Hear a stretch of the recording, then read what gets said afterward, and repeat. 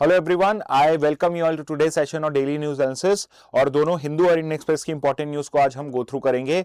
सो आज हो चुकी है 20 जनवरी, तो 20 दिन हो चुके हैं आपके इस नए साल के। तो आई एम श्योर आपकी प्रिपरेशन अच्छी चल रही होगी और आप अच्छे से न्यूज एनालिसिस को फॉलो कर रहे होंगे। Also I have my phone with you and I can see if you are commenting anything right now. Okay, तो वो चीज भी हम आपका स्टार्ट करते हैं। Okay, so let's start with the news first. Okay, पहली न्यूज आपके सामने जो है that is with regard to the special intensive revision जो वेस्ट बंगाल में चल रहा है।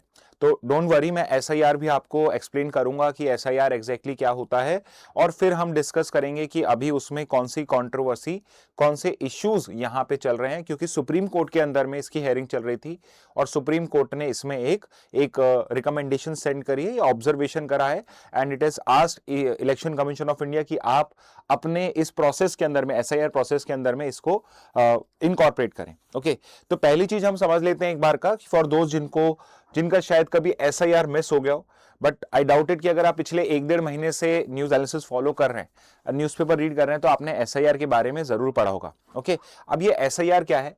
So as the name suggest, SIR का फुल फॉर्म होता है स्पेशल इंटेंसिव रिवीजन। ओके, यानी ऑब्वियसली कोई डॉक्यूमेंट होगा या कोई लिस्ट होगी जिसको रिवाइज करा जा रहा है, और ये कोई बेसिक रिवीजन नहीं है, यहां पे इंटेंसिवली रिवाइज करा जा रहा है, और ये रेगुलर नहीं है, ये स्पेशल है। ओके, सो यहां पे किस चीज को रिवाइज कराया जा रहा है? तो आपके जो इलेक्टोरल रोल्स होते हैं, इलेक्शंस कंडक्ट करने के लिए आपका कहीं पे नाम होना चाहिए, एक लिस्ट में नाम होना चाहिए, जिसको हम वोटर लिस्ट कहते हैं। तो इलेक्टोरल रोल कह दूं मैं या वोटर लिस्ट कह दूं, दोनों का मतलब एक ही है। तो यहां पे आपका जो election commission of India, India का जो इलेक्शन कमीशन ऑफ इंडिया है, उसकी ये ड्यूटी होती है कि वो time to time electoral rolls को रिवाइज करे, उसके अंदर में कोई करेक्शंस करने हैं, कोई उसके अंदर में मिस्टेक्स हैं तो उनको करेक्ट करे, एट द सेम टाइम उसमें नए नामों का एडिशंस करे, और जो नाम अब इन एलिजिबल हो चुके हैं या फिर person has died, in that case उसका नाम रिमूव करे। तो उस पर्पस के लिए आपका जो इलेक्शन कमीशन ऑफ इंडिया है इंडिया का, वो टाइम टू टाइम एक रिवीजन कंडक्ट कराता रहता है। ओके, अब बहुत बार क्या होता है कि रेगुलर तो ये रिविजन्स कराए जाते हैं, but there is a requirement after a point of time कि इनको इंटेंसिवली रिवाइज करा जाए, सो दैट कि यहां पे कोई भी ऐसी जो यूजुअली आपके रेगुलर प्रोसेस में मिस आउट हो जाती हैं चीजें, उनको भी उसमें इनकॉर्पोरेट करा जाए।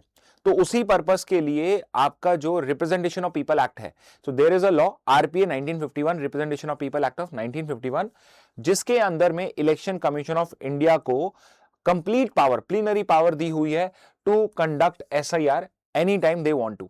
यानी कि एसआईआर को कोई परमिशन की रिक्वायरमेंट नहीं है इस चीज को करने के लिए, वो सिंपली कभी भी एसआईआर को कंडक्ट करा सकती है। ओके, और इसीलिए अब इलेक्शन कमीशन ऑफ इंडिया ने with the recently held Bihar election, जितनी भी स्टेट्स इंडिया के अंदर में जहां पे अब आपके इलेक्शंस होने वाले हैं, वहां पे एसआईआर कंडक्ट कराने का फैसला लिया है। ओके, अब एसआईआर कंडक्ट कराने का फैसला लिया है, तो उसके अंदर में क्या है, बहुत सारे इश्यूज भी रेज हो रहे हैं। एक तो बड़ा इशू ये आ रहा है कि जिस स्पीड से ईसीआई एसआईआर कंडक्ट करा रहा है, उस वजह से बहुत सारे लोगों के नाम जो यूजुअली वोटर लिस्ट में होना चाहिए, उनका नाम या तो वहां पे मिल नहीं रहा है, या फिर अब उनको नोटिस सेंड करे जा रहे हैं जिसमें उनसे डॉक्यूमेंटेशन मांगी जा रही है, और उस वजह से क्या है, लोगों को बहुत ज्यादा प्रॉब्लम फेस करनी पड़ रही है। और उसी की वजह से कोर्ट के अंदर में हेयरिंग चल रही है कि यहां पे जो ये एसआईआर प्रोसेस कंडक्ट कराया जा रहा है बाय ईसीआई, इसके अंदर में इतनी ज्यादा डिस्क्रिपेंसीज हैं, इतनी ज्यादा रेगुलेटरी नॉर्म्स लगाए हुए हैं कि जो लोग हैं, पॉसिबली जो वोटर्स हैं इंडिया के, उनके नाम शायद लिस्ट में फाइनली ऐड ही ना हो, बिकॉज इतना ज्यादा कम्बरसम प्रोसेस है ये, कि जो पर्सन है जो वोट करना भी चाहता है, वो उस कम्बरसम प्रोसेस को देखते हुए कि इतना सब कुछ चेक होगा, मेरे को इतनी प्रॉब्लम्स होगी, इसलिए वो शायद अपना नाम ऐड कराने के लिए ना जाए, जो हमारे डेमोक्रेसी के लिए, इलेक्टोरल डेमोक्रेसी के लिए अच्छे नहीं है। ओके, और उसी कंटेक्स्ट में न्यूज चल रहा है। सो यू हैव अंडरस्टूड कि इलेक्शन कमीशन ऑफ इंडिया के पास में इलेक्टोरल रोल्स या वोटर लिस्ट को बार बार रिवाइज करने के लिए पावर होती है एसआईआर कंडक्ट कराने की।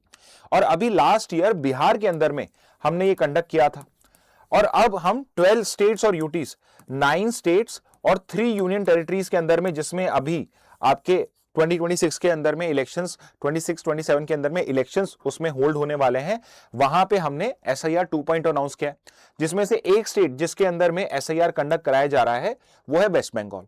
अब वेस्ट बंगाल में क्या है, जो SIR का इशू है बहुत ज्यादा पॉलिटिसाइज हो चुका है, and one of the reason है कि वहां पे करीब करीब 1.36 करोड़ वोटर्स को नोटिस मिले हैं कि उनका जो नाम है वोटर लिस्ट के अंदर में उसमें कुछ ना कुछ डिस्क्रिपेंसीज है। अब ये 1.36% is not a small percent, this is 20%, this is 20% of West Bengal population. तो आप सोचिए कि 1/5, हर पांच में से एक आदमी को नोटिस आ रहा है कि आपका यहां पे ये इश्यू है, वो इश्यू है। तो आप यहां पे जो कोर्ट है वो ये भी शो कर रहा है कि पॉसिबली अगर इतनी डिस्क्रिपेंसीज होंगी तो लोगों को बहुत ज्यादा स्ट्रेस होगा, बहुत ज्यादा प्रॉब्लम्स होगी, तो यहां पे इसको सिंप्लीफाई करने की रिक्वायरमेंट है। ओके, अब इन सबके अलावा एक और जो बड़ा इशू फेस कर रहे हैं कि जो नोटिसेस इशू करे गए हैं उसमें एक नई कैटेगरी के अंदर में नोटिसेस इशू करे गए। यूजुअली जो कैटेगरीज होती हैं कि वो होती है मैप्ड वोटर्स और अनमैप्ड वोटर्स। मैप वोटर्स का मतलब यह है कि जो पिछला SIR कंडक्ट हुआ था 2002 में, जो लास्ट SIR कंडक्ट हुआ था उसमें और करंट लिस्ट में कोई प्रॉब्लम नहीं है, it is exactly the same, यानी कि यहां पे कोई भी वेरिफिकेशन रिक्वायरमेंट नहीं है। दूसरे अनमैप वोटर्स, अनमैप वोटर्स हैं कि 2000 वोटर लिस्ट के अंदर में तो या तो नाम नहीं था और अब उनका नाम आ रहा है, यानी कि वो अनमैप वोटर्स हैं। और यहां पे अब तीसरी एक और कैटेगरी क्रिएट करी गई है, लॉजिकल डिस्क्रिपेंसीज, और यही यहां पे मेन पॉइंट ऑफ इश्यू बना हुआ है कि ये लॉजिकल डिस्क्रिपेंसीज कैटेगरी क्या है। ओके, तो मैप वोटर्स और अनमैप वोटर्स तो मैंने आपको समझा दिया, अब ये लॉजिकल डिस्क्रिपेंसीज क्या है। तो यहां पे ECI ने एक नया कैटेगराइजेशन करा है लॉजिकल डिस्क्रिपेंसीज का, कि लॉजिकली जो है ये बात बैठ नहीं रही है कि यार ये कैसे हो सकता है। ओके, अब इसका एग्जांपल देखो कि भाई यहां पे देयर इज वन फैमिली जिसके अंदर में 6 बच्चे हैं, जिनके 6 बच्चे हैं। सो यहां पे इन्होंने इसको लॉजिकल डिस्क्रिपेंसी करा है कि आज के टाइम में इट इज नॉट पॉसिबल कि कोई फैमिली के अंदर में 6 से ज्यादा बच्चे हो। Okay, now it is possible कि 6 से ज्यादा बच्चे हो, लेकिन उन्होंने इसको लॉजिकल डिस्क्रिपेंसी माना है कि पॉसिबली शायद यहां पे कोई इलीगल इमिग्रेंट था जिसको अडॉप्ट करा गया है या कुछ और इशू है, बट इतने बच्चे नहीं हो सकते। ठीक है, तो ये लॉजिकल डिस्क्रिपेंसी कैटेगरी में और उसको नोटिस सेंड किया गया। दूसरा है कि जो पेरेंट और चाइल्ड है उसमें सिर्फ 15 ईयर्स का गैप है, विच सिंपली मीन्स कि when the mother was 15 years old तब दैट चाइल्ड वाज बोर्न। तो यहां पे ये एक और डिस्क्रिपेंसी है। हाउएवर कोर्ट ने यहां पे पॉइंट आउट करा कि इंडिया के अंदर में चाइल्ड मैरिज बहुत कॉमन है और 15 ईयर्स की एज के अंदर में बच्चा जो है वो पॉसिबल है कि वहां पे उसके वो बच्चा हो गया। ओके, तीसरा जो थोड़ा सा इलॉजिकल है कि जो ग्रैंड पेरेंट्स की एज है वो 40 ईयर्स ओल्ड है, तो अगर आपका नाम ऐड होना चाहिए, let's say you are 20 years old, तो आपके जो ग्रैंडफादर, यानी लेट्स से आपके जो ग्रैंडफादर होंगे वो 40 ईयर्स के हैं। तो ये कैसे पॉसिबल हो सकता है कि आपके ग्रैंड पेरेंट, क्योंकि बीच में तो भाई आपके फादर भी होंगे 40 में, अगर इनके अगर बच्चा जो हुआ है, आपके जो फादर है वो 15 ईयर्स की एज में भी हो गए थे तो भी इतना गैप नहीं हो सकता है, इस तरह इतना सही गैप नहीं हो सकता है। So but the problem is कि यहां पे बिकॉज हमारे बर्थ सर्टिफिकेट्स या जो एज होती है उसमें बहुत बार डिस्क्रिपेंसी हो जाती है, उसको जब हम नोट कराते हैं ऑफिशियल डॉक्यूमेंट्स में, we usually go and put a later year in our birth certificate, और ये बहुत कॉमन होता था पुराने की केसेस में, तो ये डिस्क्रिपेंसी वहां हो सकती है। चौथा है जो माइनर स्पेलिंग वेरिएशन हो सकती है, जैसे गांगुली और गांगुली। ओके, तो ये दोनों प्रेजेंस तो यही होंगे, लेकिन उस टाइम में जो आपका वर्ड या जहां पर भी आपने डॉक्यूमेंट में एंटर करा ऑटो करेक्ट होके वो कुछ और हो गया। Okay, and there are people जो वाई यूज करते होंगे, कुछ लोग हैं जो आई यूज करते होंगे। ठीक है, तो इस तरह की डिस्क्रिपेंसीज क्या है, पॉसिबल है। लेट्स से आपने बंगाली में नाम एंटर करा था तो उसको इंग्लिश ट्रांसलेट करा तो उसके अंदर में स्पेलिंग चेंज हो गई, and now you are using a different spelling for your surname. तो ये सारे जो इश्यूज हैं आपके यहां पे फेस करे जा सकते हैं। ओके, तो ये सब किस में करेगा, ये नए लॉजिकल डिस्क्रिपेंसीज में करा।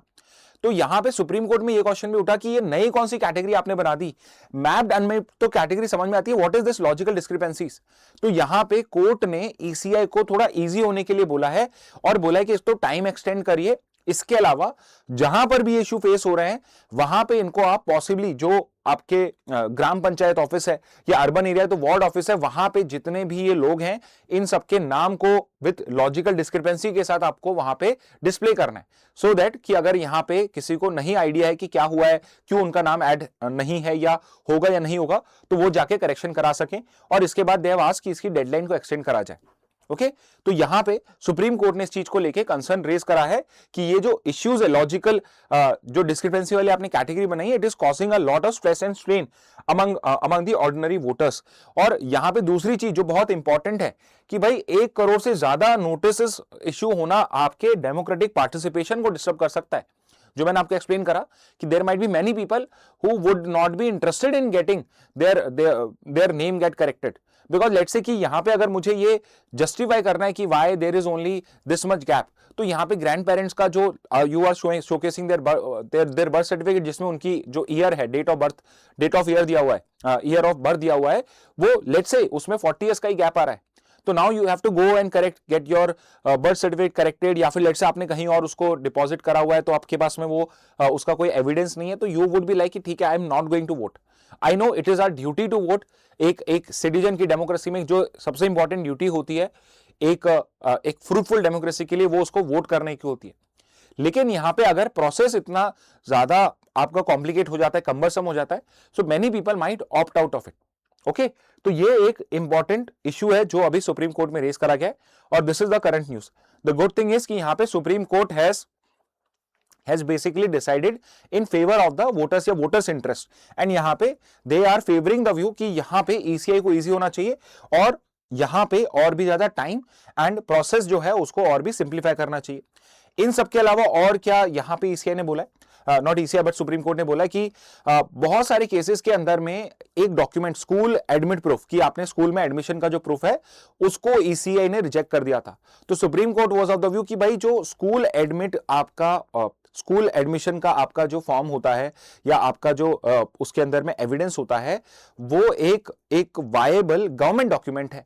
तो यहां पे जो ECI है वो on it's whims and fancies खुद से आर्बिट्री ये डिसाइड नहीं कर सकती कि इस डॉक्यूमेंट को तो एक्सेप्ट किया जाएगा और इस डॉक्यूमेंट को एक्सेप्ट नहीं किया जाएगा। और यहां पे सुप्रीम कोर्ट ने बेसिकली ये ऑर्डर दिया है कि जो ECI है वो यहां पे इस डॉक्यूमेंट को भी एक्सेप्ट करे। तो ये भी एक और प्रॉब्लम थी जो फेस हो रही थी, उसको भी यहां पे रिजॉल्व करने की कोशिश करी गई है।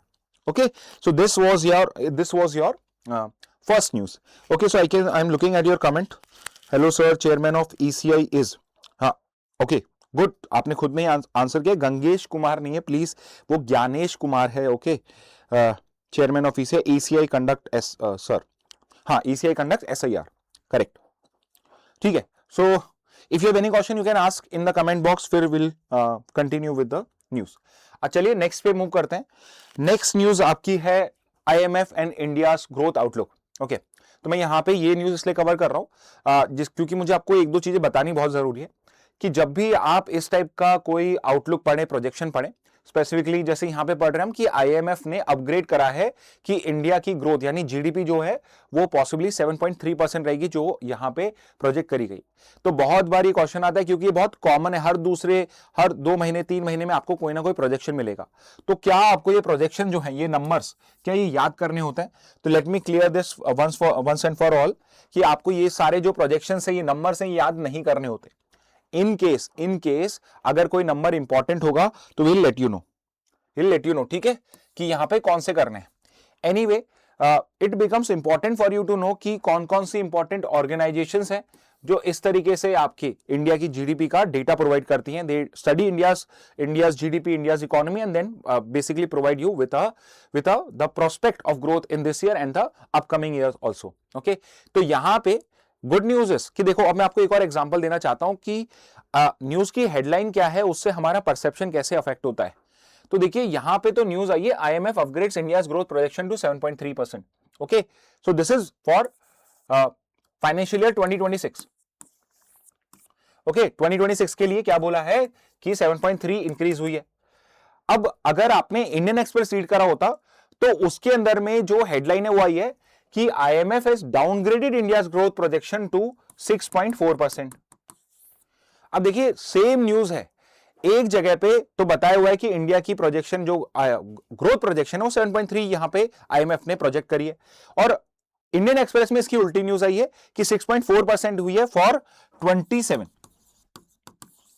ठीक है, तो एक जगह तो पॉजिटिव न्यूज है, एक जगह उसी में से निकाल के एक नेगेटिव न्यूज है। ओके क्योंकि ये तो बता रहे 26 की, कि यहाँ पे क्या पॉसिबल ग्रोथ है, और ये बता रहा है 27 के अंदर की 2027 के अंदर में क्या पॉसिबल ग्रोथ रेट यहाँ पे प्रोजेक्टेड है।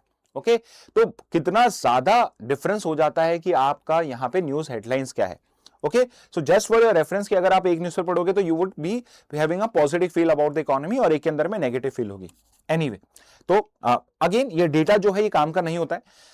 One of the major reason why this data आपको याद नहीं करना होता और पॉसिबली एग्जामिनर आपसे नहीं पूछेगा, क्योंकि ये डेटा जो होता है ये क्वार्टरली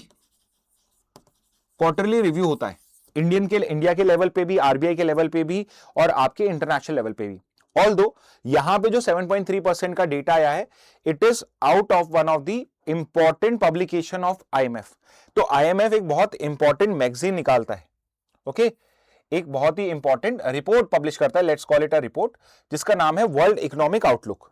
तो जो ये वर्ल्ड इकोनॉमिक आउटलुक है, ये साल का एक बार में आता है। ओके, ये आपका 6 महीने में एक बार में आता है, सॉरी 6 महीने में एक बार में आता है वर्ल्ड इकोनॉमिक आउटलुक। तो 6 मंथ्स, अभी ये रिपोर्ट आई है दिसंबर में, जनवरी के अंदर में, अब जुलाई मंथ के अंदर में वापस से आपका वर्ल्ड इकोनॉमिक आउटलुक आएगा। तो इन एनी केस अगर एग्जामिनर आपसे पूछेगा भी तो जनवरी वाला तो नहीं पूछने वाला। अगर वो पूछेगा आपसे वर्ल्ड इकोनॉमिक आउटलुक के अकॉर्डिंगली या आईएमएफ के अकॉर्डिंगली इंडिया की पॉसिबल जीडीपी रेट क्या है, तो आपको जुलाई वाली बतानी है। तो एक और रीजन बन जाता है क्यों आपको नहीं करना। तो मैं आपके लिए और सिंप्लीफाई कर देता हूं कि आप तो जो भी इकोनॉमिक डेटा आपको मिले उसको आपको याद करने की जरूरत ही नहीं है। ओके, अगर आपको कोई भी इकोनॉमिक डेटा मिले तो उसको आपको याद करने की जरूरत ही नहीं है, रिक्वायरमेंट ही नहीं है, तो आप इस तरीके से कर सकते हैं। Okay, now let's look at कि भाई यहां पे आपके लिए इंपॉर्टेंट क्या है, न्यूज आपके एग्जाम पर्पस के लिए आपके लिए इंपॉर्टेंट इंफॉर्मेशन क्या होती है। तो जब भी इंपॉर्टेंट ऑर्गेनाइजेशन है लाइक आईएमएफ, जैसे कि आईएमएफ है यहां पे, तो उस आईएमएफ की हिस्ट्री, उसके चेयरपर्सन कहां पे वो हेडक्वार्टर्ड है, इसका एस्टेब्लिशमेंट कब हुआ था, इंपॉर्टेंट पब्लिकेशन क्या है, ये सब एग्जाम में आपसे पूछा जा सकता है। तो जैसे आईएमएफ है, इस आईएमएफ को along with world bank, okay, तो एक आईएमएफ है और एक वर्ल्ड बैंक आपने सुना होगा, इन दोनों को बोला जाता है ब्रेटन वुड्स इंस्टीट्यूशन। अब what are Bretton Woods institution, तो ब्रेटन वुड्स एक जगह का नाम है वॉशिंगटन डीसी के अंदर में, वहां पे उस जगह के नाम पे ब्रेटन वुड्स कॉन्फ्रेंस कंडक्ट करी गई थी और उस ब्रेटन वुड कॉन्फ्रेंस के अंदर में 2 इंस्टीट्यूशंस को क्रिएट करा गया था। एक तो थी आपकी आईएमएफ और दूसरी थी IBRD, international bank for reconstruction development, जिसको अब हम वर्ल्ड बैंक कहते हैं। इसको अब हम क्या कहते हैं, वर्ल्ड बैंक कहते हैं। तो IBRD world bank is one and the same thing. World bank is the new name of IBRD only and the other is your IMF, international monetary fund. Okay, तो ये 2 इंस्टीट्यूशंस हो जाएंगी। कब establish हुआ था, 44 में हेडक्वार्टर है Washington DC में, 190 countries are members. Is India member, so we know IMF का इंडिया मेंबर है और it is a founding member. यानी कि जब आईएमएफ को क्रिएट किया गया था, वर्ल्ड बैंक को क्रिएट करा गया था, सो it is not just the founding member of IMF but it is also the founding member of World Bank also. Okay, तो यहां पे दोनों के दोनों में IMF के और उसके में फाउंडिंग मेंबर्स में काउंट होता है। मेन ऑब्जेक्टिव क्या है, IMF जो हमने क्रिएट करा इसका पर्पस क्या है, इंटरनेशनल मॉनेटरी फंड। तो जहां पर भी मॉनेटरी आ जाता है वहां पे आप मार्केट स्टेबिलिटी के बारे में समझना स्टार्ट कर दीजिए। करेंसी स्टेबिलिटी चाहिए होगा यहाँ पे, या फिर मैं इसको दोनों को एक साथ बोलूं तो it is there to ensure global financial stability, यानी मनी सप्लाई जो है वो वहां पे स्टेबल होनी चाहिए। There should not be a lot of money into the market, because उससे क्या होगा, जो कॉस्ट है, जो इन्फ्लेशन है वो बहुत हाई हो जाएगा ग्लोबली, और अगर बहुत कम है तो उस केस के अंदर में ग्रोथ यहां पे डिस्टर्ब हो सकती है। Second is it want to promote international monetary cooperation, which is every country should be ready to do monetary transaction with each other, तो उसको भी यहां पे मैनेज करने के लिए। Facilitate balance global economic growth की, इकोनॉमिक ग्रोथ बैलेंस वे के अंदर में फैसिलिटेट करने की, और इन केस अगर कोई बैलेंस ऑफ पेमेंट क्राइसिस हो जाए तो वहां पे फाइनेंशियल असिस्टेंस प्रोवाइड करने के लिए। तो इंडिया ने भी आईएमएफ से लोन लिया था जब we were facing a balance of payment crisis. तो इंडिया ने किस साल के अंदर में कब बीओपी क्राइसिस फेस करा था, जिस वजह से इसने आईएमएफ का लोन लिया था। Okay, I am sure all of you would be able to answer this, so please answer this one कि वो कौन सा था जब आईएमएफ ने लिया था, आईएमएफ से इंडिया ने लोन लिया था। ओके, एनीवे, तो यहां पे 190 कंट्रीज, वॉशिंगटन डीसी और ब्रेटन वुड्स इंस्टीट्यूशन 1944 की, इसकी पब्लिकेशन है world economic outlook, by annual publication है, यानी साल में 2 बार आती है आपकी। ग्लोबल इकोनॉमिक ट्रेंड्स बताता है, इसके अलावा जितनी भी इंपॉर्टेंट कंट्रीज है, मेजर इकोनॉमीज हैं, उन सब की ग्रोथ, इन्फ्लेशन और रिस्क प्रोजेक्शंस करता है, कंट्रीज के लिए भी, रीजन के लिए, लाइक एशिया, इंडिया का भी करेगा, पूरे एशिया का भी करेगा और ग्लोबली भी करेगा। ओके, तो इस तरीके से ये आपका वर्ल्ड इकोनॉमिक आउटलुक आता है, जिसके अंदर में रिपोर्ट ये हुआ है कि आईएमएफ का जो ग्रोथ प्रोस्पेक्ट है इंडिया के लिए इस ईयर में, इट इज 7.3%। क्यों करा गया है कि भाई बिकॉज ग्रोथ जो है Q3 के अंदर में बेटर देन एक्सपेक्टेड है, और इट इज एक्सपेक्टेड कि Q4 के अंदर में, अभी Q3 Q4 क्या है, साल के 12 महीने होते हैं, तो 4 क्वार्टर में डिवाइड किया जाता है, first 3 months, next 3 months, next to next 3 months and finally the last 3 months of a particular year. तो ये 4 क्वार्टर्स हो गए, Q1 जनवरी से मार्च, Q2 अप्रैल मई जून, Q3 जुलाई अगस्त सितंबर और Q4 अक्टूबर नवंबर एंड दिसंबर। तो यहां पे इट इज एक्सपेक्टेड कि Q3 और Q4 के अंदर में we are going to have good growth. Okay, लेकिन नेक्स्ट ईयर्स का projections are not that good. Next 26-27 में, फाइनेंशियल 26-27 जो है, यानी कि देखो मैं यहां पे फाइनेंशियल ईयर अगर 26 लिखूंगा तो ये होगा 2026 का अप्रैल से लेके 27 तक, और ये कब तक होगा, 2027 अप्रैल से लेके मार्च और 2028। तो यहां पे हमारा एक्चुअल में क्या होने वाला है कि ग्रोथ के अंदर में मॉडरेशन, ग्रो तो करेंगे बट अब स्पीड जो है वो इस साल से कम मिलेगी। एंड रीजन क्या बताए जाने स्लो डाउन के, कि ये एक टेम्पररी या साइक्लिकल स्लो डाउन है। तो कोई भी इकोनॉमी ऐसे ग्रो नहीं करती है या ऐसे डाउन में नहीं जाती है, इट्स अ साइकिल। तो अभी हम यहां पे क्या, ये साइक्लिकल में आ रहे हैं, तो ये इसलिए हम नीचे आएंगे। दूसरा है normalisation of post pandemic economic momentum. तो अगर आपने थोड़ा बहुत भी शेयर मार्केट या कुछ भी देखा हो, तो जब 2020 में कोविड आया था तो मार्केट ऐसे नीचे गए थे और उसके बाद मार्केट ऐसे गए। तो अब क्या है, अब ये मोमेंटम जो है ये वापस से नॉर्मलाइज होगा। ओके, तो इसलिए थोड़ी बहुत ग्रोथ डाउन जाने वाली। ओके, तो आई होप आपको ये समझ में आ गया होगा कि किस तरीके से होता है। ओके, आपने आंसर दिया है कि हमने बैलेंस इन डेवलपमेंट 1981 लिखा है। It is not 1981। आईएमएफ का लोन हमने 81 में नहीं लिया था। Okay, it is not 1981। Can someone give me the correct answer कि इंडिया ने आईएमएफ से लोन कब लिया था? And if you will search, last loan हमने तभी लिया था, उसके बाद में हमने बीओपी क्राइसिस के लिए लोन नहीं लिया है आईएमएफ से। Okay, I am waiting for someone's answer, अगर कोई आंसर कर पाएगा तो।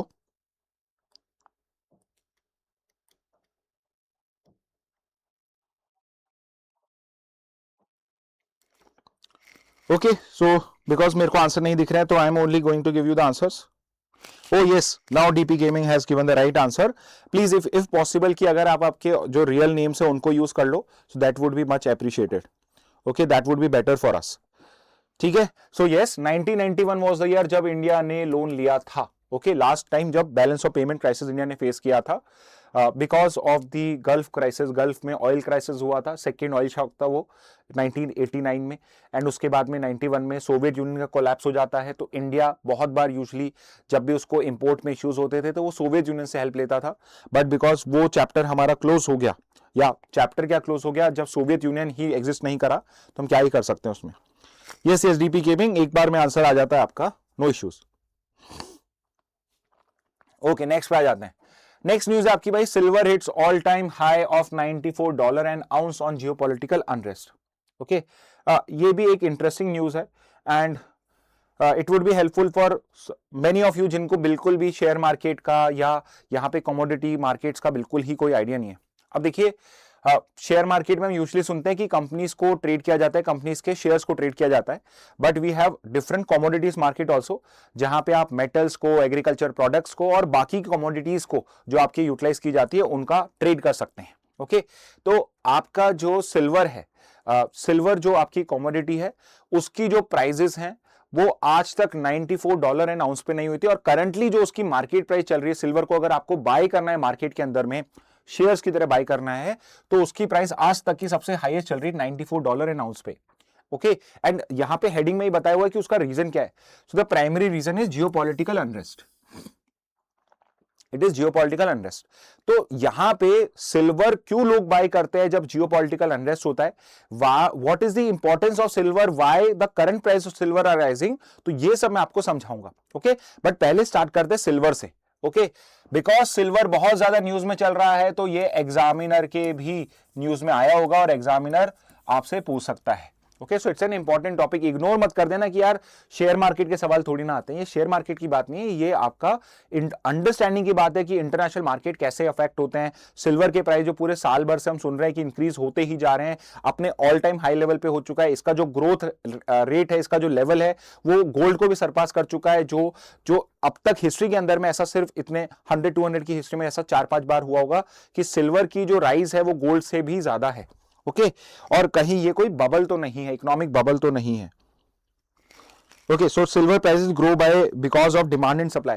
तो देखिए इकोनॉमिक्स में हर कोई प्रिंसिपल, आप हर कोई प्राइस राइज या फॉल आप डिमांड सप्लाई से एक्सप्लेन कर सकते हैं, लेकिन डिमांड क्यों बढ़ रही है, सप्लाई क्यों बढ़ रही है, क्यों इसके प्राइसेस बढ़ रहे हैं या कम हो रहे हैं, वो उसका सिल्वर का क्या बैकग्राउंड रीजन है वो आपको पता होना चाहिए।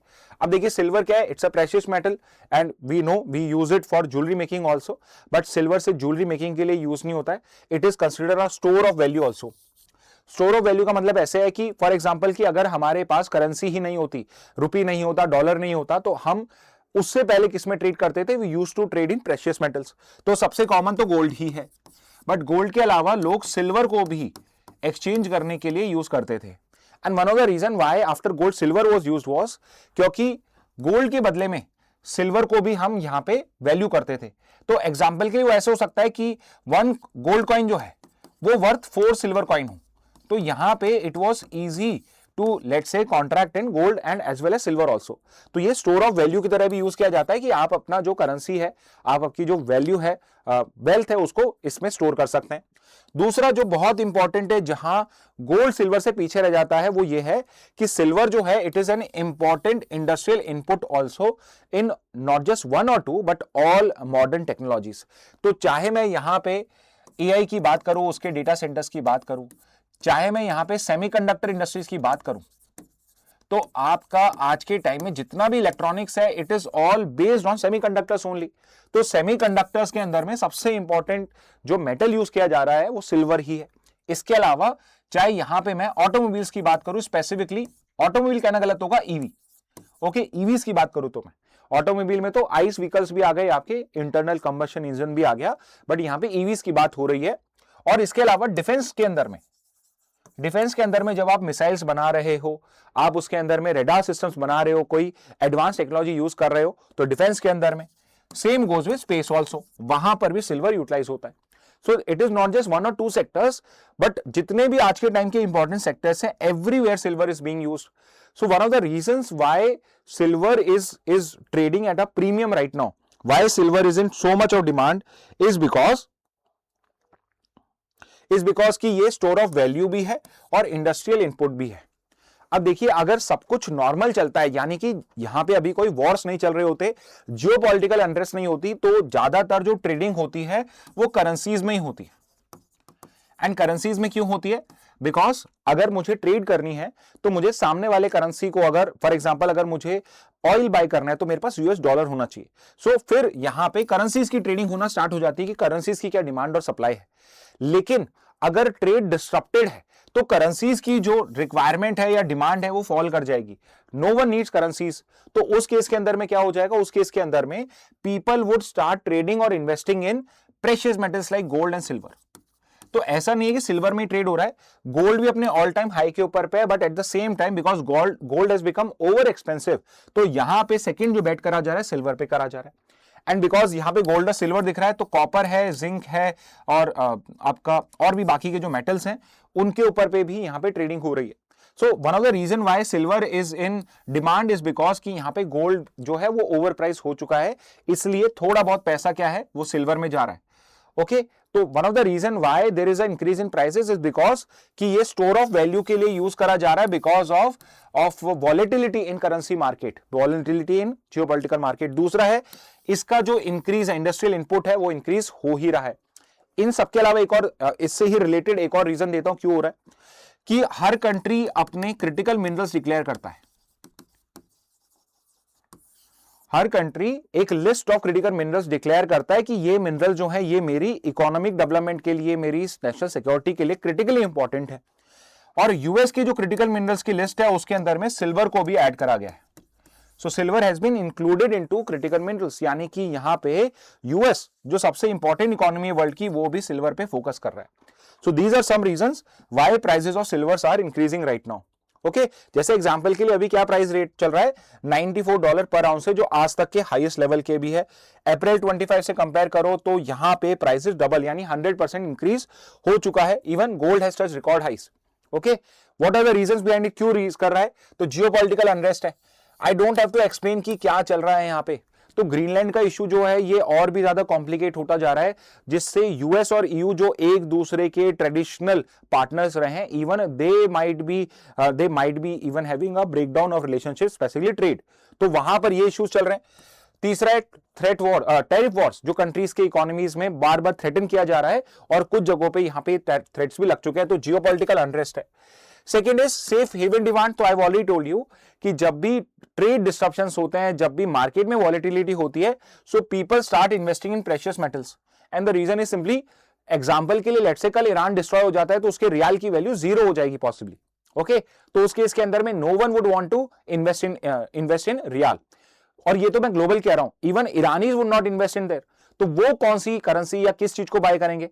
अब देखिए, कंट्री के अंदर में दूसरी करेंसी तो एक लिमिटेड अमाउंट में मिलेगी और डिफरेंट रूट्स के थ्रू मिलेगी, बट प्रेशियस मेटल जो है वो तो आपको अवेलेबल होता है। तो इस वजह से भी बहुत सारे लोग क्या करते हैं, जब अनसर्टेनिटी होती है तो दे नो कि फ्यूचर में precious metals like gold silver की डिमांड बढ़ेगी, तो they start investing in precious metals. Very importantly कि यहां पे गोल्ड और सिल्वर को डिफरेंशिएट क्या करता है, what is the major differentiator between gold and silver. क्यों सिल्वर की प्राइसेस इंक्रीज होने के कारण सिर्फ स्टोर ऑफ वैल्यू नहीं है, unlike gold it is also industrial demand. तो सब जगह सेमीकंडक्टर सबसे इंपॉर्टेंट, इलेक्ट्रॉनिक, सोलर पैनल्स यहां पर भी यूज करे जाते हैं आपके, high precision electronics and advance manufacturing, specially in defence and research and development and your space sector, तो वहां पर यूज होता है। Next, trade and tariff uncertainty, तो ये भी क्या कर रहा है, ये भी पुश करता है सिल्वर के प्राइसेस को, and parallel rally in gold. तो बिकॉज यहां पे सेंटिमेंट प्रेशियस मेटल्स के लिए हाई है, तो जो आपके ट्रेड करते हैं they look at alternatives of other precious metals. तो गोल्ड अगर इतना ज्यादा प्रीमियम पे बिक रहा है तो दे लुक कि इसके अलावा और कहां पे इस तरह से इन्वेस्ट किया जा सकता है। सो फाइनल जो इसमें एक प्रैक्टिकल चॉइस निकल के आता है, that is your silver only. So these are some of the reasons कि why the prices are increasing. Okay, yes, ठीक है, तो ये है आपका why silver price are increasing, if I am not wrong यही था इसके अंदर में। ओके, हाँ, यस, वन मोर पॉइंट। अब आप कई बार सुनोगे कि इट इज पॉसिबल कि यहां पे ये जो सिल्वर प्राइसेस इंक्रीज हो रहा है, it is a bubble. What is a bubble, तो ये यूजुअली इकोनॉमिक्स के कंटेक्स्ट में यूज किया जाता है कि that might be an economic bubble, और यहां पे बिकॉज सिल्वर है और एक कमोडिटी है तो इसको प्राइस बबल कहा जाता है। इकोनॉमिक बबल इसकी पूरी इकोनॉमी ग्रो कर रही है, और प्राइस बबल इसकी कोई एक कमोडिटी या एक करेंसी या एक कोई कंपनी का शेयर ट्रेड कर रहा है, it's a price bubble. So price bubble usually कब फेस होता है कि जब मार्केट में कोई मैनिपुलेशन करा जा रहा है। ओके, बेसिकली कि फेक न्यूज फैलाई जा रही है कि सिल्वर का डिमांड बढ़ने वाला है, या फिर ये फेक न्यूज होती है कि शायद ग्लोबल अनसर्टेनिटी आने वाली है, तो बेस्ट बेट जो है वो आपके अभी सिल्वर के अंदर में। और उससे क्या होता है कि एवरीवन स्टार्ट्स बाइंग सिल्वर, तो ऑल दो उसकी रियल डिमांड कुछ भी नहीं है, बट स्पेक्यूलेशन की वजह से सब स्पेक्यूलेट करना स्टार्ट कर देते हैं कि ये फ्यूचर के अंदर में यही ग्रो करने वाला है, तो everyone starts investing in silver. अब यहां पे उसको सपोर्ट करने के लिए कोई अंडरलाइंग टेक्नोलॉजी, अंडरलाइंग कोई यूज ही नहीं है, तो उसमें क्या होता है, जैसे ही वो इकोनॉमिक बबल बस्ट होता है, वो जो फेक न्यूज है वो डिस्क्लोज होती है, वो जो मिस इंफॉर्मेशन है वो वहां पे क्लैरिफाई होती है, या वहां पे जो रेगुलेटर्स हैं वो इंटरफेयर करते हैं कि मार्केट मैनिपुलेशन हो रहा है, उस केस के अंदर में क्या होता है, प्राइसेस एकदम से क्रैश कर जाती है, and then it takes a lot of time to revert back to the original prices। तो क्या ऐसा पहली बार हो रहा है कि सिल्वर के प्राइसेस इतनी फास्ट इंक्रीज हो रहे हैं? सो this is not for the first time. ऐसा ही कुछ 1980 में हुआ था, जब मार्केट मैनिपुलेशन, तो हॉर्न ब्रदर्स वहां पे यूएस के अंदर में ट्रेडर्स थे जिन्होंने मार्केट मैनिपुलेशन करा था। तो जैसे ही रेगुलेटरी इंटरवेंशन हुआ कि यहां पे कुछ मार्केट मैनिपुलेशन हो रहा है, कि they are doing something illegal, तो फिर उसके बाद में सिल्वर प्राइसेस क्रैश हो गए। ओके, तो इस तरीके से it is a very common occurrence कि मार्केट को मैनिपुलेट करके they basically create a bubble, और उसके बाद में दे शॉर्टेड। दूसरा है 2011 में भी इसी टाइप का ग्लोबल कमोडिटी बूम हुआ था, बिकॉज 2008 में इकोनॉमिक क्राइसिस हुआ, तो again people were investing in precious metals. Okay, जैसे ही ग्लोबल रिकवरी हुई, जैसे ही वापस से मार्केट स्ट्रेंथन हुआ कि यस सब कुछ आपका वापस से ग्रो करने वाला है, तो लोगों ने सिल्वर से पैसा निकाल कर उठाने लगा, तो वापस से क्या हुआ, मार्केट बढ़ा और फिर क्रैश हो गया। Third is Covid era. Covid era के टाइम में भी तो जब आपके लॉकडाउन हुए थे, तो तब लोगों ने सिल्वर के अंदर में से हटा, फिर जैसे ही वापस से लिक्विडिटी रेज हुई तो वापस से शार्प रिबाउंड। तो इट इज नॉट लाइक कि ये पहली बार हो रहा है कि सिल्वर के प्राइस ऐसे राइज कर रहे हैं। So what you need to know कि भाई प्राइसेस राइज क्यों कर रहे हैं और क्या यहां पे ये क्रैश हो सकते हैं। So we have 3 examples in history जहां पे प्राइसेस जो हैं आपके क्रैश हुए थे। Okay, so these are 3 examples. So what you can do is you can note down कि भाई सिल्वर प्राइस क्रैश, जैसे सबसे इंपॉर्टेंट 1980 का है, 2011 और कोविड वाला तो आप इजीली याद कर लोगे, 1980 वाला भी आप कहीं पे लिख लेना सो दैट यू नो कि इससे पहले सिल्वर प्राइस क्रैश कब हुआ था। ओके, नेक्स्ट न्यूज पे आ जाते हैं। नेक्स्ट है आपका high seas treaty. Okay, so एक बहुत इंपॉर्टेंट ट्रीटी है, it is a treaty related to oceans, और specifically if I talk about it relates to conservation of oceanic resources.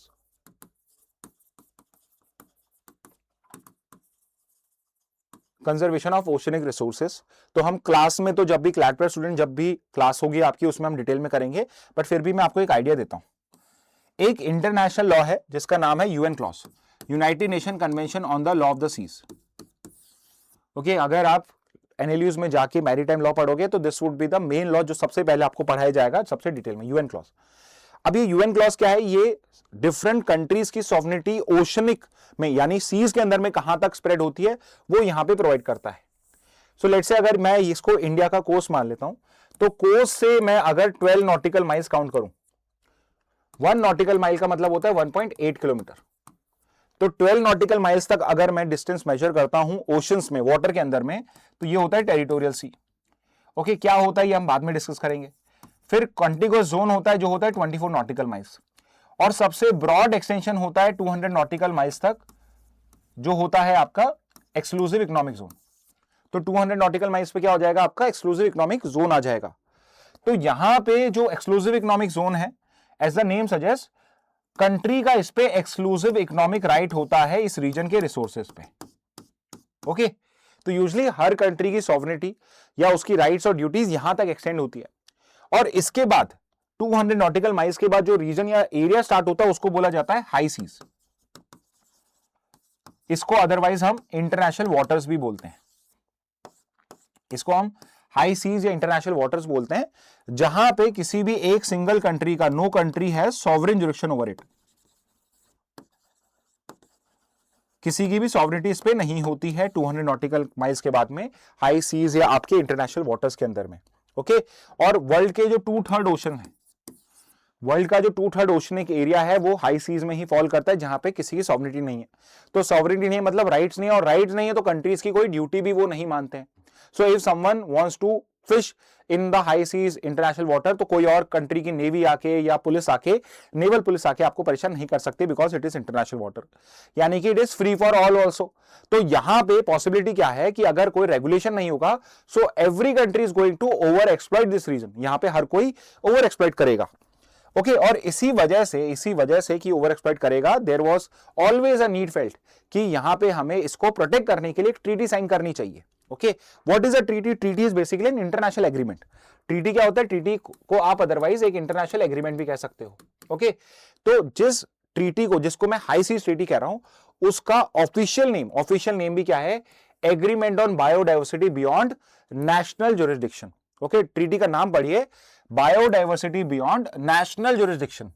Okay, अब देखिए मैंने आपको जस्ट क्या बताया कि 200 नॉटिकल माइल्स के बियॉन्ड हाई सी स्टार्ट होता है, यानी एक्सक्लूसिव इकोनॉमिक जोन तक तो नेशनल जुरिस्डिक्शन चल रहा है, कोई ना कोई कंट्री रिस्पॉन्सिबल वहां पे मैं बना सकता हूं, but what about beyond national jurisdiction? तो उसके लिए एग्रीमेंट है जहां पे हम बायोडाइवर्सिटी को, फ्लोरा एंड फोना को यहां पे प्रोटेक्ट करेंगे बियॉन्ड नेशनल जुरिस्डिक्शन। ओके, अब इंटरनेशनल लॉ के अंदर में ट्रीटी का जो इंप्लीमेंटेशन होता है वो 2 स्टेप प्रोसेस है। पहला स्टेप होता है जिसमें होता है सिग्नेचर, और दूसरा होता है रेटिफिकेशन। कोई भी ट्रीटी है, इंटरनेशनल एग्रीमेंट है, वो तभी इंप्लीमेंट करी जाती है जब 2 स्टेप हो जाए, सिग्नेचर भी हो गया, रेटिफिकेशन भी हो चुका है। तो बहुत सारे कंट्रीज साइन तो कर देते हैं, बट रेटिफिकेशन का जो प्रोसेस है वो थोड़ा सा डिफरेंट होता है कुछ केसेस में। जैसे इंडिया का केस भी देखें तो अगर यहां पे हमने साइन कर दिया, इंडिया के प्रेसिडेंट ने ट्रीटी को साइन कर दिया, अभी तक वो ट्रीटी हम पे लीगली बाइंडिंग नहीं हुई है। लीगली बाइंडिंग होती है जब उसको रेटिफाई किया जाए। इंडिया में रेटिफाई कैसे होता है? जब पार्लियामेंट लॉ बनाता है, जब पार्लियामेंट लॉ बनाता है, और जब यहां पे एक लिमिटेड नंबर ऑफ एक नंबर ऑफ कंट्रीज उसको साइन कर देती हैं, उसके बाद वो आपका ग्लोबली इंप्लीमेंट होता है। ठीक है, तो जरूरी नहीं है क्राइटेरिया सब जगह सेम हो। तो इन दो के बाद में थर्ड स्टेप अगर मैं यहां पे ऐड करना चाहूं तो क्या होगा कि जैसे हाई सीज ट्रीटी भी जो है वो तभी इंटरनेशनली बाइंडिंग, लीगली बाइंडिंग हर मेंबर कंट्री पे होगा जब एक मिनिमम नंबर ऑफ कंट्रीज उसको साइन कर देते हैं। जैसे कि हाई सीज ट्रीटी के अंदर में क्या है, ये तब इफेक्ट लेगी, इसमें क्या लिखा था कि it would take effect when minimum 60 countries sign it.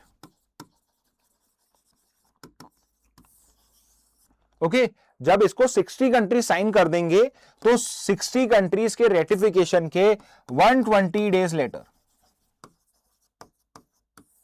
120 days later जो है वो आपके 120 डेज लेटर ये ट्रीटी लीगली बाइंडिंग हो जाएगी on the member countries. Okay, तो यहां समझने की बात क्या है, हर कंट्री को साइन करना होता है, रेटिफाई करना होता है। जिस दिन जो ट्रीटी का रिक्वायरमेंट है इंप्लीमेंटेशन का, जैसे यहां पे क्या था कि 60 कंट्रीज शुड रेटिफाई इट, तो जब भी 60 कंट्रीज रेटिफाई कर देंगे तो 60 कंट्रीज के रेटिफिकेशन से 120 डेज के बाद, यानी कि करीब करीब 4 महीने बाद इंप्लीमेंट हो जाएगी। ओके, तो 4 महीने पहले तक यहां पे आपका 60 कंट्रीज ने रेटिफाई कर दिया था, including India. Okay, Japan, China, all of these have ratified it, और अब उसके 120 डेज कंप्लीट हो गए, यानी कि ये जो हाई सीज ट्रीटी है it is now a legally binding international agreement या ट्रीटी। तो ये क्या हो चुका है, ये एक लीगली बाइंडिंग इंटरनेशनल एग्रीमेंट या ट्रीटी बन चुका है, बिकॉज यहां पे ये जो कंडीशन थी इसको इंप्लीमेंट करने की ये फुलफिल हो चुकी है। Okay, so this is what high seas treaty is. अब हाई सीज ट्रीटी प्रोटेक्ट क्या करेगा? सो इसके नाम में ही है कि बायोडाइवर्सिटी, यानी फ्लोरा एंड फोना को, यानी कि not just your animal life, सिर्फ फिशेस को ही प्रोटेक्ट नहीं करना है, शार्क्स को ही प्रोटेक्ट नहीं करना है, इवन जो प्लांट लाइफ है वहां पे उसको भी प्रोटेक्ट करना है, बेसिक बायोडाइवर्सिटी को प्रोटेक्ट करना है। एक एग्जांपल ऐसे समझिए कि अगर यहां पे कोई एरिया अब बीबीएनजे ट्रीटी या हाई सीज ट्रीटी में फॉल करेगा तो वहां पे आप कोई भी न्यूक्लियर टेस्ट या कुछ भी ऐसा एनवायरमेंटली डिस्ट्रक्टिव काम नहीं कर सकते हो।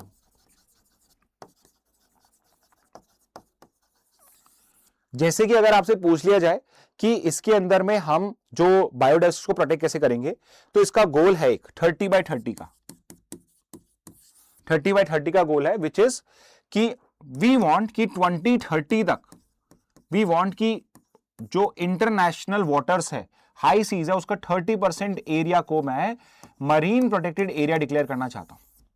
सो 30/30 गोल क्या है कि 2030 तक एक्सक्यूज मी 2030 तक आई वांट कि एटलीस्ट 30% एरिया को मैं मरीन प्रोटेक्टेड एरिया डिक्लेयर कर दूं, विच मींस वहां पे कोई भी एनवायरमेंटली एक्सप्लॉयटेटिव एक्टिविटी अलाउ नहीं होगी, एंड विद टाइम धीरे धीरे मुझे इसको यहां पे आपका आगे तक एक्सटेंड करना है। Okay, so this is with regard to your high seas treaty. Okay, so ये जो टॉपिक है आपका हाई सीज ट्रीटी का, this is important not just for your GK part but it is important for your legal part also. Okay, yes, Ishant, UNCLOS in 1882, 1882 नहीं है, 1982 है। आप एक वर्ड, एक ईयर कहीं ना कहीं गलत कर रहे हो। वहां पर भी आपने 1981 लिखा था, if I am not wrong, आपने आंसर करा था कि इकोनॉमिक क्राइसिस कब हुआ था। It is not 81, it is 91, और यहाँ 82, 1882 नहीं, वो 1982 है। Okay, so this is with regard to the treaty. Okay, now as has been the usual process, अब we are going to move to the Indian Express news। तो again ये news आपके हिंदू में भी कवर हुई, इंडियन एक्सप्रेस में भी cover हुई है, so I have covered it from Indian Express news. जो आपका है दोनों में सेम ही है। तो अभी यूएई के जो प्रेसिडेंट है, he has come to India, और यहाँ पे हमने कुछ बहुत इंपॉर्टेंट डीलिंग साइन करी है। ओके, सो रेदर देन नोइंग एग्जैक्टली कौन कौन से एग्रीमेंट साइन हुए हैं, एमओयू साइन हुए हैं, वो हमारा पर्पस नहीं है। We need to have a broader idea कि कौन कौन सी ट्रीटीज और एग्रीमेंट साइन हुए हैं, बिकॉज एलेट के अंदर में इस टाइप के सवाल पूछे जा चुके हैं। ओके, तो यहां पे पहली चीज तो ये कि इंडिया यूएई की रिलेशनशिप को किस कैटेगरी में पुट करा गया है। तो इंडिया जब किसी भी कंट्री के साथ अपने रिलेशनशिप को इंप्रूव करता है, उसको और ब्रॉडर करता है, डीपन करता है, तो उसके लिए अलग अलग नाम यूज करे जाते हैं, नॉमेनक्लेचर अलग होता है। जैसे यहां पे we have entered into a comprehensive strategic partnership. So India UAE की रिलेशनशिप क्या है? कॉम्प्रिहेंसिव स्ट्रेटेजिक पार्टनरशिप है हम दोनों के बीच में। ओके, कॉम्प्रिहेंसिव मतलब कि ब्रॉड सेक्टोरल यहां पे इन्वॉल्वमेंट होगा एक दूसरे का। स्ट्रेटेजिक है मतलब हम एक दूसरे के डिफेंस नीड्स को, इकोनॉमिक नीड्स को यहां पे रेस्पेक्ट करेंगे एंड अकॉर्डिंगली ऐसे एक्शंस लेंगे जो दोनों के लिए यूजफुल हो। ओके, अब कौन कौन से एग्रीमेंट साइन करे गए? तो सबसे पहले डिफेंस ऑन सिक्योरिटी कॉपरेशन को लेके हमने एक एग्रीमेंट साइन करा है। We have signed a letter of intent towards a strategic defence partnership. अब ये कॉम्प्रिहेंसिव स्ट्रेटेजिक पार्टनरशिप अलग है, स्ट्रेटेजिक डिफेंस पार्टनरशिप अलग है। अगर इंडिया किसी कंट्री के साथ स्ट्रेटेजिक डिफेंस पार्टनरशिप साइन करता है, ओके, तो उस केस के अंदर में वी स्टार्ट टू, या जितने भी हमारे आर्म्स एंड एम्युनिशन है, जैसे इंडिया तेजस प्रोड्यूस करता है, तो पाकिस्तान को तो कभी इंडिया तेजस नहीं देगा, लेकिन अगर आप स्ट्रेटेजिक डिफेंस पार्टनर हैं तो हम यहां पे तेजस यूएई को भी प्रोवाइड कर देंगे, या यूएई भी कोई अगर आर्म्स एम्युनिशन या कोई टेक्नोलॉजी डेवलप करता है या कोई स्ट्रैटेजी डेवलप करता है तो वो भी इंडिया के साथ में शेयर करेगा। तो उसके लिए हमने लेटर ऑफ इंटेंट यहां पे साइन करा है। लेटर ऑफ इंटेंट क्या होता है? हमारी इंटेंशन है कि फ्यूचर में हम इसको बाइंडिंग कर लेंगे। अभी ये बाइंडिंग नहीं है, लेटर ऑफ इंटेंट बाइंडिंग नहीं होता है, जब हम एग्रीमेंट करेंगे तब बाइंडिंग होगा। लेटर ऑफ इंटेंट शो ये करता है कि we have the intention to do it, but अभी we can not promise, we will see कि क्या है, तो एक दूसरे को हम बाइंड नहीं कर रहे हैं। लेट्स सी कि हम आगे कहां तक रिलेशनशिप को ले जा सकते हैं। ओके, सेकेंड पे आ जाता है इकोनॉमिक एंड ट्रेड रिलेशंस के अंदर में। अभी हमारे पास में डेटा बहुत अच्छा है, 100 बिलियन का बायलैटरल ट्रेड हो चुका है, which is a big amount. Okay, जो लार्जेस्ट ट्रेड पार्टनर है उनके साथ में हमारा इस टाइप का ट्रेड है। ओके, और 2032 यानी कि नेक्स्ट 6-7 ईयर्स के अंदर में वी आर प्लानिंग कि we should double this trade. तो it is a very ambitious target कि हम नेक्स्ट 6 ईयर्स में डबल करने की उसमें आपने इसको गोल को सेट करा है। Okay, what is the reason behind कि अभी रिसेंटली आपका ये जो ग्रोथ है ये अभी रिसेंट ही इतना एक्सटेंड हुआ है, इतना ज्यादा कॉपरेशन पॉसिबल हुआ है। रीजन बीइंग कि इंडिया ने यूएई के साथ में 2022 के अंदर में एक इंपॉर्टेंट फ्री ट्रेड एग्रीमेंट जो सीपा है वो साइन करा था। क्या साइन करा था? Comprehensive economic partnership agreement. So what is speciality of comprehensive economic partnership agreement? जब इंडिया किसी के साथ सीपा साइन करता है, पार्टनरशिप एग्रीमेंट साइन करता है, तो उस एग्रीमेंट के अंदर में हम goods, services, capital and even labour को यहां पे ओपन मूवमेंट अलाउ करते हैं। Okay, so it not just goods कि जिनका यहाँ पे ओपन ट्रेड हो रहा है, बट इवन सर्विसेज भी ओपनली मूव होती हैं, कैपिटल भी मूव होता है और लेबर भी मूव होती है। Okay, so all of this is part of CEPA only. So one of the reason why our economic growth has been so good, या economic relations has improved is because of CEPA. Next पे आते हैं energy corporation में हमने क्या sign करा है? तो एक 10 ईयर का एलएनजी। अच्छा, कोई मुझे क्या एलएनजी का फुल फॉर्म बता सकता है? I will wait for your answer. LNG supply agreement हमने यूएई के साथ में साइन करा है and with this agreement UAE has become India second largest LNG supplier. Okay, I'm waiting for your answers. Yes, DP Gaming trade without tariffs. Yes, you can say it without या फिर with the minimum amounts. Negligible यहाँ पे tariff हो जाता है और non trade barriers जो अलग अलग होते हैं वो भी यहाँ पे रिमूव कर दिए जाते हैं। Okay, so I am waiting for your answer. But अब ये इंडिया यूएई जो है इंडिया का सेकंड लार्जेस्ट एलएनजी सप्लायर बन जाएगा and we are also planning to explore civil nuclear corporation also, उस पर भी हम फोकस कर रहे हैं। इसके बाद टेक्नोलॉजी स्पेस एआई कॉर्पोरेशन में हम स्पेस में कॉर्पोरेट करेंगे, एआई में कॉर्पोरेट करेंगे और सुपर कंप्यूटिंग क्लस्टर भी सेटअप करने की बात चल रही है इंडिया में, जो इंडिया यूएई मिलकर डेवलप करेंगे। Okay, what about financial investment corporation? इसके लिए हम क्या कर रहे हैं? तो वी आर प्लानिंग कि इंडिया का जो यूपीआई है और यूएई का जो यूपीआई होगा दोनों को इंटरलिंक करेंगे। So for example if you go to UAE and you want to make any payment, तो आप इंडिया का यूपीआई फिर यूज कर पाओगे बिकॉज वो इंटरलिंक हो जाएगा। ओके, ऑल्सो एक बहुत इंपॉर्टेंट बैंक है अबू धाबी का, फर्स्ट अबू धाबी बैंक, पहला बैंक नहीं, first Abu Dhabi bank is the name of the bank. ये गिफ्ट सिटी जो कहां पे है? गांधीनगर में, वहां पे ओपन करने का प्लान है। और एक हाउस ऑफ इंडिया करके, house of India it would be a public place, kind of a public place, house of India establish करने की बात है यहाँ पे। इन कहां? इन अबू धाबी। तो ये एक इंपॉर्टेंट वन लाइनर हो जाएगा, इसको अलग से अंडरलाइन कर लेना सो दैट कहीं पे वन लाइनर में आ जाए कि इंडिया यूएई ने हाउस ऑफ इंडिया को किस सिटी में बनाने का डिसाइड करा है, तो वो अबू धाबी होगा। ओके, सो ये कुछ यहां पे हमने एग्रीमेंट्स को साइन करा है। ओके, नेक्स्ट न्यूज पे आ जाते हैं, again from Indian express. Okay, yes, now Ishant has answered, it is liquefied natural gas. LNG का मतलब होता है लिक्विफाइड नेचुरल गैस। ओके, तो जो आपके जो एलपीजी यूज होती है कहीं ना कहीं, उसी तरह से ये एलएनजी होती है आपकी, it's a gas. Okay, next पे आते हैं, rules to use funds collected from penalties under green laws notified. अब देखिए, ये भी एक इंपॉर्टेंट डेवलपमेंट है। डेवलपमेंट इज व्हाट, कि भाई आपके जो डिफरेंट एनवायरमेंटल लॉज हैं, अगर कोई उसको वायलेट करता है तो गवर्नमेंट उस पर पेनल्टी लगाती थी। अब पेनल्टी के बाद में जो फंड्स कलेक्ट होते हैं, उस फंड को आप कहां यूज करोगे, कैसे यूज करोगे, ये आप अपने आप आर्बिट्रली डिसाइड नहीं कर सकते हो।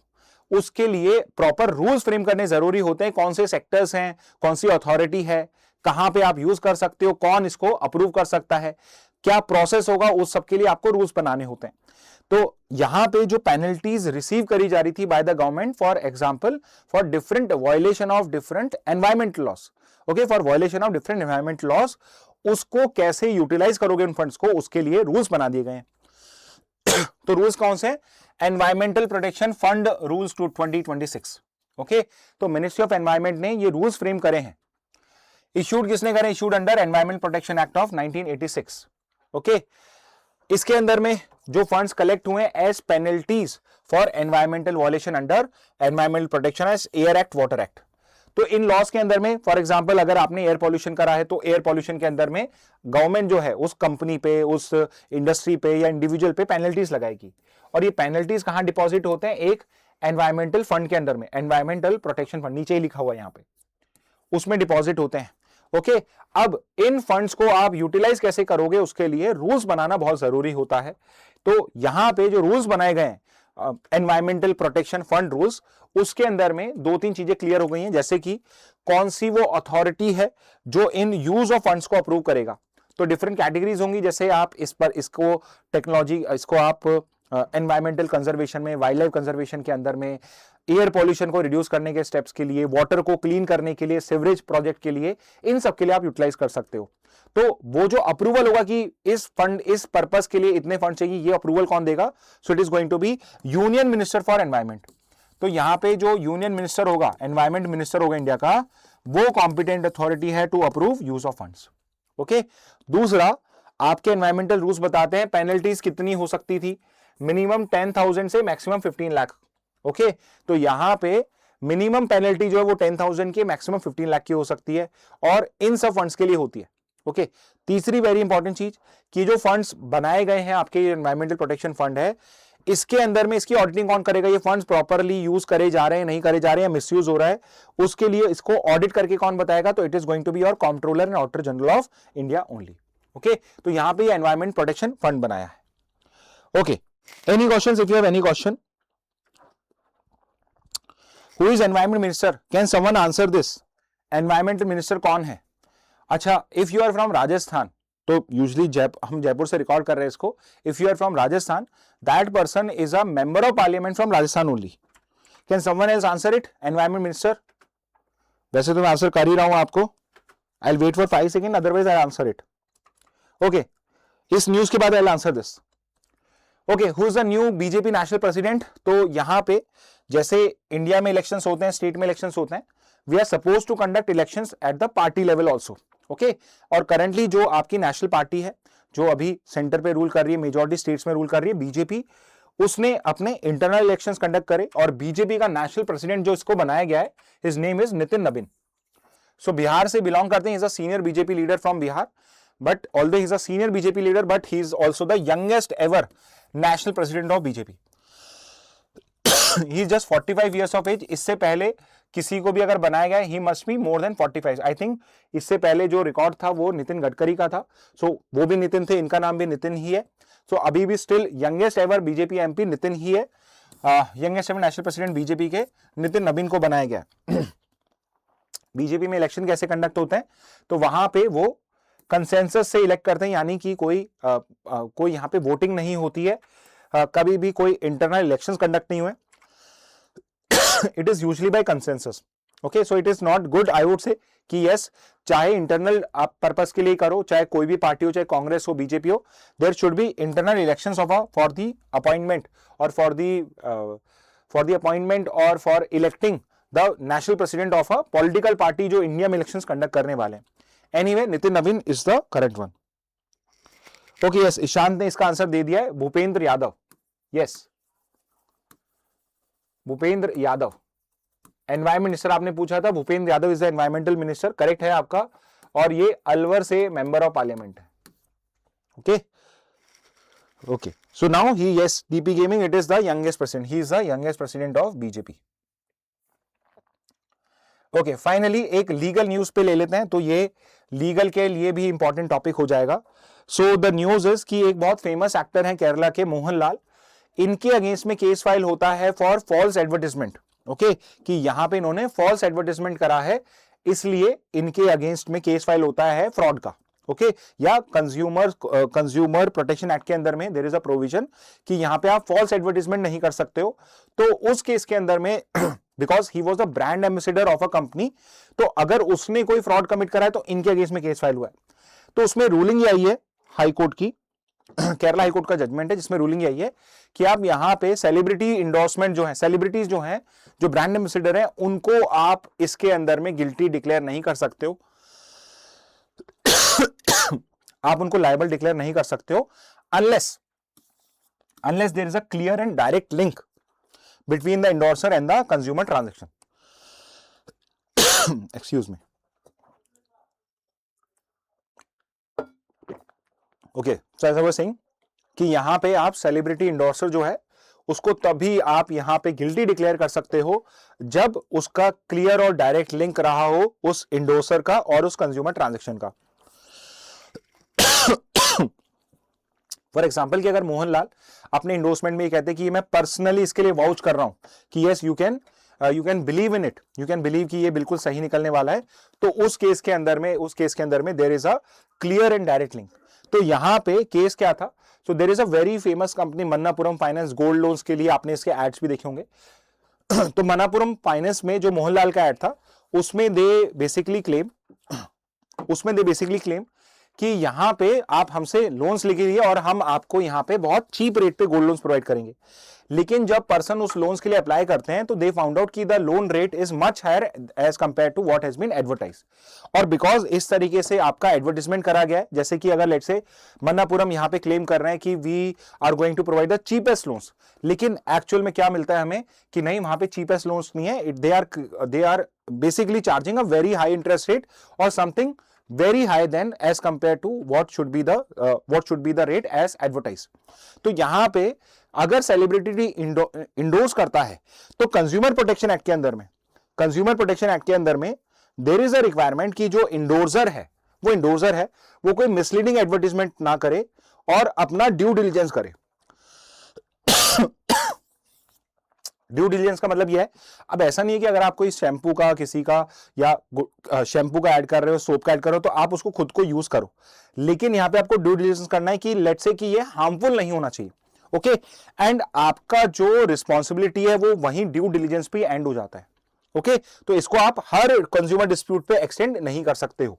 ओके, तो ये आपका कंज्यूमर प्रोटेक्शन एक्ट है जिसके अंदर में इंडोर्समेंट और ये सब डिफाइंड है कि ये परसेप्शन क्रिएट कर रहा है कि ये जो मैसेज है ये परसेप्शन क्रिएट कर रहा है कि yes it is a good product.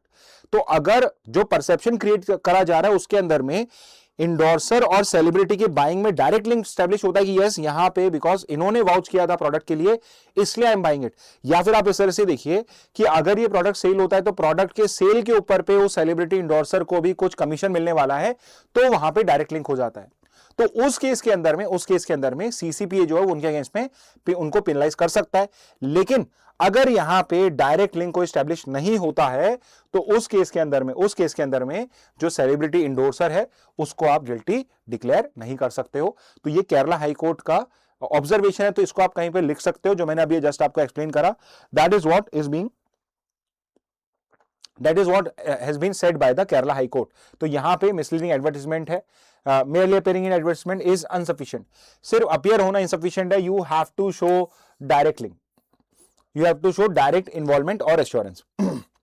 Misleading advertisement अगर करा, जैसे लेट्स से यहाँ पे मनापुरम फाइनेंस ने मिसलीडिंग एडवर्टीजमेंट करा है, इसको आप फिर भी चैलेंज कर सकते हो। ऑल दो सेलिब्रिटी इंडोर्समेंट वाला केस आपका सक्सेसफुल नहीं हुआ, मिसलीडिंग एडवर्टीजमेंट को आप फिर भी सेक्शन 21 के अंदर में सीसीपीए में चैलेंज कर सकते हो। तो लीगल प्रिंसिपल क्या निकल के आया आपके लिए finally? No direct link, no liability. तो अगर आपका सामने कोई इसमें लीगल क्वेश्चन बन के आ जाता तो आप सिर्फ इस चीज पे चेक करोगे कि यहां पे कोई डायरेक्ट लिंक तो नहीं है और यहां पे कोई डायरेक्ट इंडोर्समेंट तो नहीं है।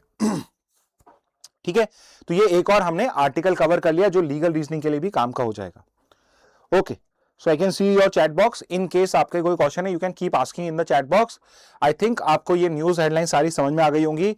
तो लेट्स सी आपने कितने अच्छे से न्यूज को फॉलो करा है, and it would be known by looking at how good you answer the questions which I'm going to ask you now. Okay, very simple questions are there and I'm waiting for your answers now. ठीक है, तो let's look at the first question. पहला question बहुत simple सा question है, पहला topic ही जो हमने कवर करा था, इट इज SIR का मतलब क्या है, फुल फॉर्म क्या है in context of the electoral rules.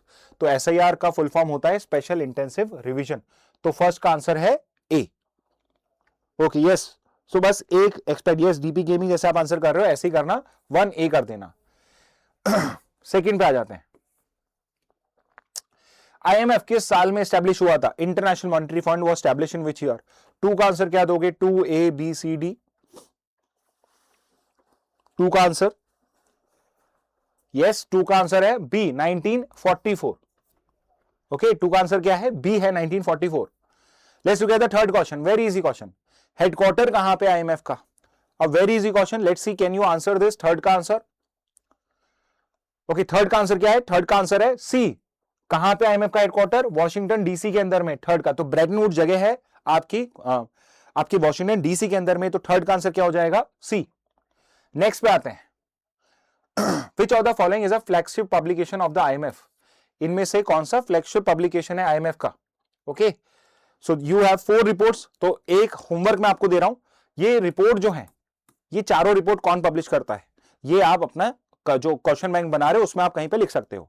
Fourth का आंसर क्या दोगे? विच of the following is a flagship publication? तो IMF ने अभी GDP का रिपोर्ट दिया इंडिया का, वो किस में है? It is in world economic outlook. Okay, ये तीनों जो है अलग अलग important organisation, not IMF, they publish it. तो फोर्थ का आंसर क्या होगा? D. Okay, nice. Okay, let's move to the next one. Fifth पे आ जाते हैं, the inflation target set by the RBI is. Inflation target क्या है? ओके, तो ये न्यूज में कवर था, हमने डिस्कस नहीं करा है, बट हम पहले कर चुके हैं। मॉनेटरी पॉलिसी कमेटी ये टारगेट लेके रखती है, वो टारगेट क्या है ये पूछा है आपसे, RBI का टारगेट क्या है? Okay, the answer to fifth is, fifth का आंसर क्या है? फिफ्थ का आंसर है सी। फिफ्थ का आंसर है C, 4%। Okay, let's move to the next one. Enforcement directorate function under which ministry of the government? Very good question, very important question. Enforcement directorate किस ministry के अंदर में आता है? ओके, ये मैंने कल जो हमने न्यूज करा था उससे लिया है, कल या परसों वाले से। ओके, तो उसके अंदर में हमने ED को डिस्कस करा था। ये किस में आता है? तो ये आता है डिपार्टमेंट ऑफ रेवेन्यू में, which is part of ministry of finance. Yes, 6 का आंसर ए है, करेक्ट। नेक्स्ट पे आते हैं, the primary legislation enforce by the ED to combat money laundering is. Primary legislation कौन सा है जिसके अंदर से इंडिया मनी लॉन्ड्रिंग को सॉल्व करता है? सो दैट इज 4 लॉज है आपके, that is prevention of money laundering act. Okay, 7th का आंसर है बी। ओके, इसके अलावा एक और लॉ है, वो कौन सा है? जैसे कि ED जो है ओरिजिनली किस लॉ के अंदर में आया था? This is the question. Okay, कौन से लॉ को फेमा करता है? Foreign exchange management act. इससे पहले कौन से लॉ को यहां पे रेगुलेट करता था? 8th का आंसर क्या है? 8th का आंसर है ए। तो फेमा से पहले था फेरा, फॉरेन एक्सचेंज रेगुलेशन एक्ट। तो जो ED था, it was responsible for implementing फेरा। तो 8th का आंसर क्या होगा? ए। नेक्स्ट पे आ जाते हैं, yes, good Ishant, DP Gaming, both of you are doing really well, you have answered all the questions correctly. Next पे आते हैं, silver is commonly referred to as which of the following? तो हमने silver की price search को भी discuss करा है। सिल्वर को क्या बोला जाता है? सिल्वर को बोलते हैं हम ABCD में, it is D, white metal. I am sure you know what is yellow metal. 10th पे आ जाते हैं, one major industrial factor driving the recent rise in silver prices in increase demand from which sector? तो specific question है, recent जो price rise है उसमें कौन से सेक्टर की डिमांड सबसे ज्यादा इंपॉर्टेंट रोल प्ले कर रही है? Okay, now it is possible कि टेक्सटाइल्स में, कंस्ट्रक्शन में, ऑटोमोबाइल में भी, सब जगह आपका यूज हो रहा हो, लेकिन करंट प्राइस राइज में सबसे ज्यादा इंपॉर्टेंट रोल किसने प्ले करा है? तो आप 10th का आंसर क्या दोगे? यस, 10th का आंसर आपने करेक्ट दिया, it is semiconductors. It is semiconductors, 10 का आंसर है डी। ऑटोमोबाइल नहीं, अगर ये ईवी होता तो यहां पे ये कंफ्यूजिंग ऑप्शन होता, बट ऑटोमोबाइल्स में सब कुछ आ जाएगा, तो 10th का आंसर है डी। 11th, अच्छा ये देखते हैं आप आंसर कर पाते हैं क्या? Silver is traded on which of the following indices? Okay, तो डिफरेंट आपके जो सेंसेक्स है, जैसे बाकी इंडेक्स हैं जहां पे ट्रेडिंग करी जाती है, तो अलग अलग टाइप की ट्रेडिंग्स होती हैं। जैसे कहीं पे आप शेयर्स को ट्रेड करते हो, डेरिवेटिव्स को ट्रेड करते हो, आप कमोडिटीज को ट्रेड करते हो, ठीक है, तो इन सब के लिए अलग अलग हमने अलग अलग शेयर मार्केट्स क्रिएट करे हुए, इंडेक्स बनाए हुए जहां पे इनको ट्रेड किया जाता है। तो सिल्वर जो है कमोडिटी जो कहां पे होती है, सो उसको ट्रेड किया जाता है ऑन मल्टी कमोडिटी एक्सचेंज। ये है नेशनल स्टॉक एक्सचेंज, ये है बॉम्बे स्टॉक एक्सचेंज, इस पे शेयर मार्केट जो कंपनीज के शेयर है उनको ट्रेड किया जाता है। लेकिन सिल्वर किस पे ट्रेड होता है? एमसीएक्स पे, मल्टी कमोडिटी एक्सचेंज। 11th का आंसर है सी। सेबी तो क्या है? मार्केट रेगुलेटर है। यस, 11th का आंसर सी है। नेक्स्ट पे आ जाते हैं। High street treaty was negotiated under the framework of which international convention? कौन से इंटरनेशनल कन्वेंशन के अंडर में इसको यहां पे साइन किया गया है? तो हमने इसको डिस्कस किया था under UNCLOS, which is United Nation Convention on the Law of the Sea. तो 12th का आंसर आप क्या दोगे? सी। नेक्स्ट पे आते हैं। The term high seas refers to ocean areas that are, जो टर्म हाई सीज है ये किस चीज को रेफर करता है? It refers to region which is beyond national jurisdiction. तो बीबीएनजे एग्रीमेंट से भी आप निकाल सकते हो biosea beyond national jurisdiction agreement. Okay, तो 13 का आंसर क्या होगा? ए।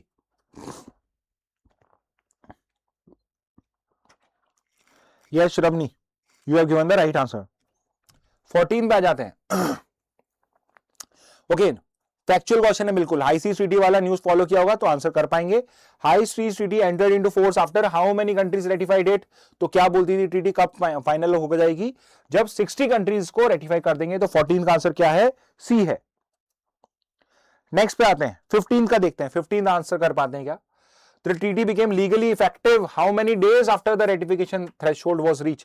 तो 60 कंट्रीज के साइन करने के बाद कितने दिन बाद आपका ये फाइनलाइज हो जाएगा? It would be after 120 days. तो 15 का आंसर क्या है? डी है। यस करेक्ट, 15 का आंसर क्या है? डी है। नेक्स्ट पे आते हैं, वेरी इंपॉर्टेंट, डायरेक्टली हमने पढ़ा था। UAE is India's dash largest supplier. LNG suppliers के अंदर में यूएई की रैंक क्या है?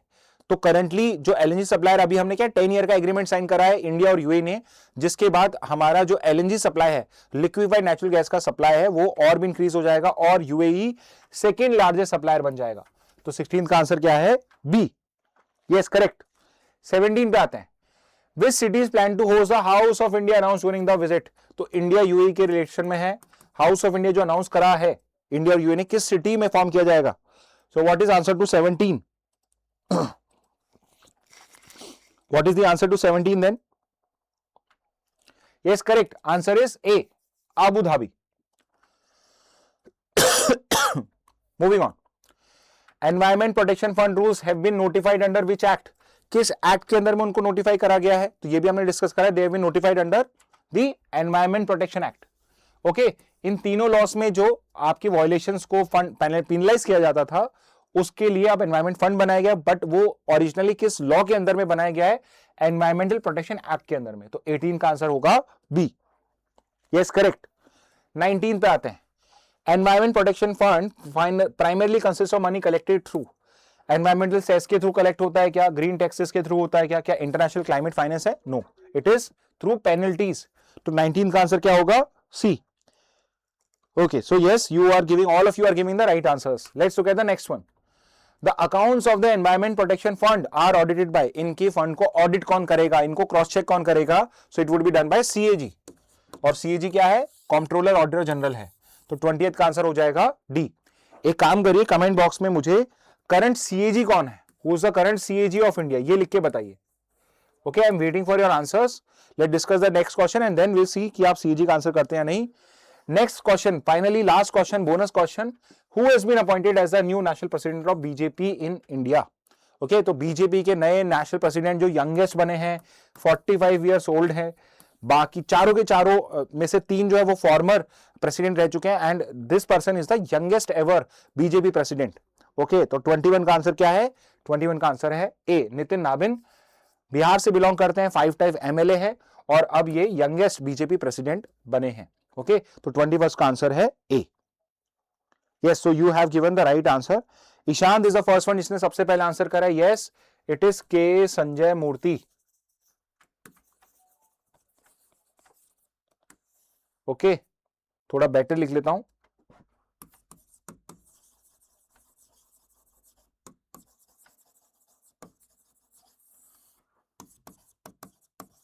Okay, so he is the CAG of India.